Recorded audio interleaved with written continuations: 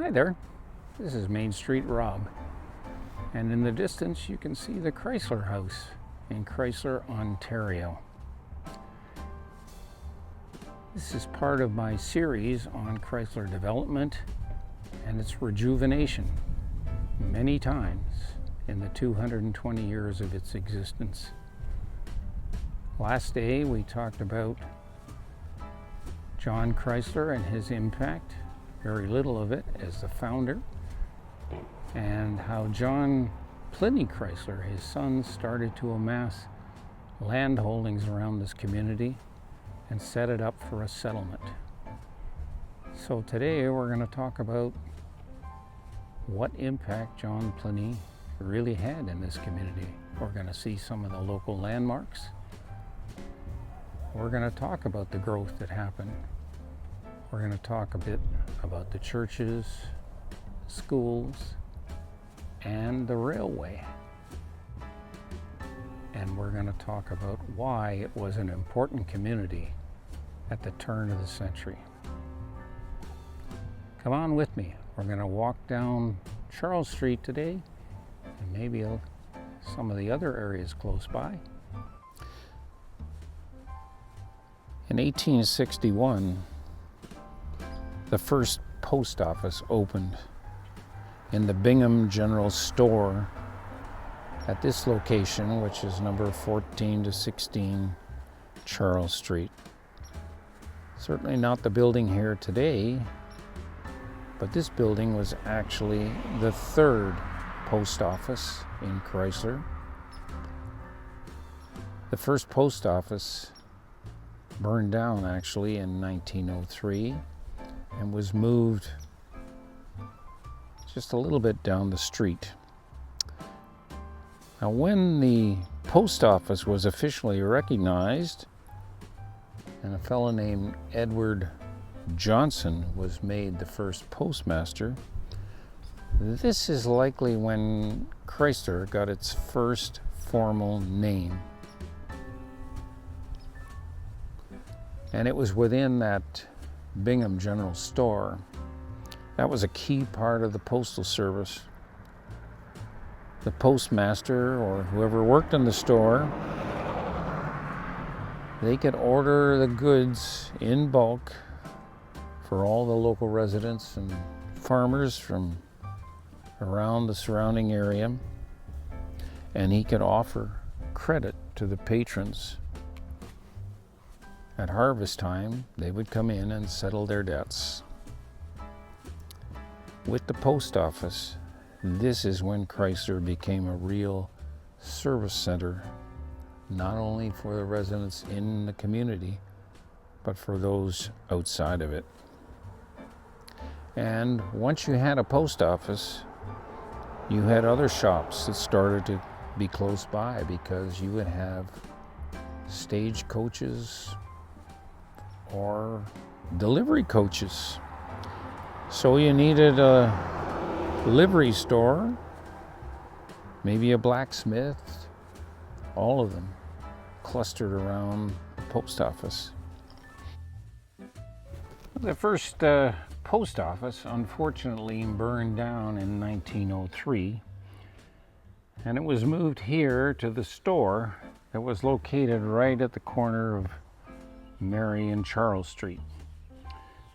The post office operated out of this particular location, not this residential home that you see right now, until 1958, so I guess 55 years, when it burned down again. And unfortunately at that time, the post mistress died in the fire. And after that fire, the post office was moved back to the original location that we saw earlier. It's about 100 feet away on Charles Street.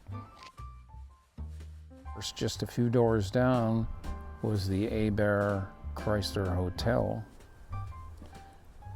which looked after the needs of weary travelers on those stagecoaches, but also traveling salespeople who had to bring their wares It was a great combination, and it was the foundation of the settlement.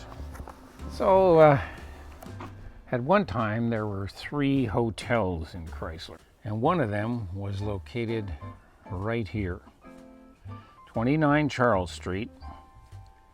It was the Russell Hotel. The Russell Hotel was a very important one for salesmen to show their wares, for news to be exchanged, and for events to be happening. It was the social fabric of Crysler. And all the communication that went on from outside Crysler came through here as well. The Russell Hotel was a very interesting hotel. And at one time, they even had the telephone exchange here. It was built around the turn of the century, and some sources say that in 1916 it burned down. In another article, it says that it burned down in the 70s. So we're not quite sure whether this was the second generation or the first. Regardless, there's nothing here now. Unfortunately, let's just go and take a peek over the back, though. Apparently, at one time, you could walk out the back of the Russell Hotel and go across the river. Not my cup of tea, perhaps, particularly in the spring, the way it is right now. But some residents would do that to go and pick up the mail. And as you could see, you could cross over to the cheese factory way over there. The Russell Hotel was a very important hotel in this community. John Pliny Crysler, he believed a village needed institutions. And foremost were the churches where people came together, at least in the early days of Eastern Ontario communities.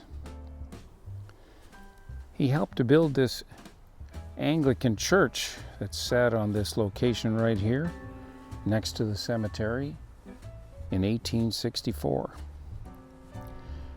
And those first buildings were structurally very poor. The church was replaced by a more permanent structure in 1889. It stood there actually until 1993, when vandals and declining attendance forced the church to tear it down. John Pliny actually donated land to several churches. He donated it to the Catholic Church, which built another very basic structure in 1870, and that one was replaced with a more solid structure in 1889. During his lifetime, John Pliny also donated land for the Presbyterian Church in Chesterville. And after his death in 1881, his son Ralph Crysler donated land for the Presbyterian Church here in Crysler at 56 Charles Street. That building still sits today, but it's a private residence. Churches anchored the settlement in the 1800s. It was where people got together for communicating, having suppers together, having events, having children's plays. And John Pliny Crysler knew that it was part of his plan for ensuring a stable, long-term community. Well, this building here was actually the original Union Bank. And that bank was built in 1903, located here at 34 Charles Street. In 1924, it became the Royal Bank. But having a bank in a village was a signal that Crysler was now a commercial center. And there were lots of other commercial ventures in Crysler during the Union Bank's time. There were two hotels up here on Charles Street, one down on Queen Street. There were livery services. There were tinsmiths, at least one up here and one down in the Queen Street area. There was a harness shop, which of course was next door to the post office. There was a shoe repair. There were 3 general stores. There was actually a farm implement dealer. This is just at the turn of the century. And later on, there were automobile garages. By 1905, Crysler had 650 people. And it also had what was called a GOAD, fire insurance plan. This was a big deal because when you had a fire insurance plan, you could buy fire insurance. And many, many communities suffered the trials and tribulations of fires that ruined them. Of course, there were still fires in Crysler, but there was a fire insurance plan and you could buy insurance. And this was a very important indicator of growth in a community. So that's 650 people that lived in Crysler. How did that compare with some of the other larger communities? Well, Morrisburg, which was a sizable, I guess you could call it industrial community at the time, had 1,700 people. And Crysler was actually a little bit bigger than Winchester, Ontario at that time. Right along this stretch by the river, even hanging out over the riverbank, stood Ranger's Furniture and Hardware Store. It was a 2-story landmark in early Crysler. Ranger's was more than a store. It was the crossroads for people in Crysler. Farmers stopped in for hardware, and they stayed, of course, for the trade news. Families came to choose that new table or kerosene lamp, whatever else they required, and they ended up catching up on all the village happenings. Now, deliveries came by wagon, and if it was a big item, it might even come in by rail. This was an important link between Crysler and the wider world. But sadly, in 1915, it burned down. And the land it sat on, which used to extend over the river, has long eroded into the river itself. Next door to Ranger's stood Lepine's clothing store. Picture it with a big awning, a welcoming shop that dressed the village up for any occasion. And inside you might find shirts and trousers, bolts of fabric, and there were hats of every kind. And nearby you'd find a shop for women.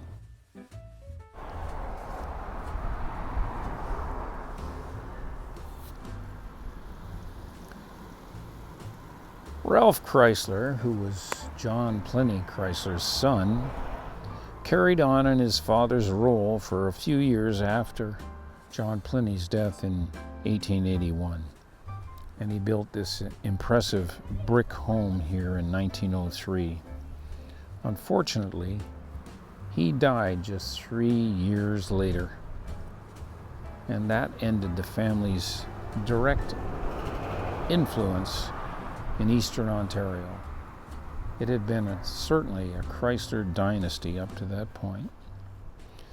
But the village that John Pliny planned, it kept growing. By 1900, that old grist mill that John Crysler had built near 41 Charles Street today in Crysler, it was replaced by a more modern building by a fellow named Bishop. It was a roller mill, far more efficient than the traditional stone mills that you found in the early grist mills. And it used steam and, of course, water power. And Mr. Bishop was quite enterprising. And in 1905, the mill installed a generator, giving Crysler electricity for the first time. It was one of the earliest communities in Eastern Ontario to have electricity. So I don't know whether you can picture this, but let's try and imagine that there's a train coming down here in 1898. That's the first year that the Ottawa to New York, the New York Central Railway, came down this route right here. And there were open fields just like this. And it went all the way down that road, over the bridge, to Charles Street. But if there was somebody here, it would stop, because this was the site of the Crysler station. Hard to imagine. Now you see a subdivision, but in 1898 they built the station right here. And it had a little bit of a freight yard. It wasn't very big. Very small unit. And of course there were 4 trains a day going by here, with passenger service all the way down to New York if you wanted to go, or up to Ottawa. But this particular station, it burned down in 1909, and they built another one. But if you're looking here at what I'm looking at, what you're seeing are farmers' fields. And that's exactly what you saw in 1898 or even in 1909. Where did all those big white pine trees go? Well, they've been taken down. They've been really devastated and not replanted. And so what you had were farmlands all around here. But where we're located right now, at this station, was certainly a long way from Charles Street, and a long way actually from Queen Street. And you have to wonder whether that reflected the demise of this particular railway. I'd often thought that the railway was part of the boom time here, and indeed it was to some extent, but probably not to the same extent as you would have imagined. So let's go over and see what's cooking on the other side of the river on Charles Street. And if you could picture that train coming into the station on the south side of Crysler, maybe you can picture it now going north towards Ottawa out of Crysler. But there was a station that was built here in 1937. By that time, the automobile had taken over. Trucks were taking freight, and the railway was just not competitive at all. But there was a station here. Unfortunately, it was demolished in the 1970s. Unlike the Berwick station, which has found its way along the trail in Embrun. And if we look at the other side here, we can see where that train might have been coming across the big bridge here. The entire railway was taken out in 1957. Here we are at the back of the home hardware store that has that magnificent picture of the train on the front. And this is where there was a substantial manufacturing plant, the Braithwaite Sash Door Plant. It was built in the early 1900s. And the railway, of course, was right along there next door. And this is the railway line where the trail now is. But this particular sash and door plant was here for a long time. It was very prominent in the First World War because they built artillery shells to supply the guns for the First World War. So somewhere close to this location, they built a small log cabin, and that was Chrysler's first school.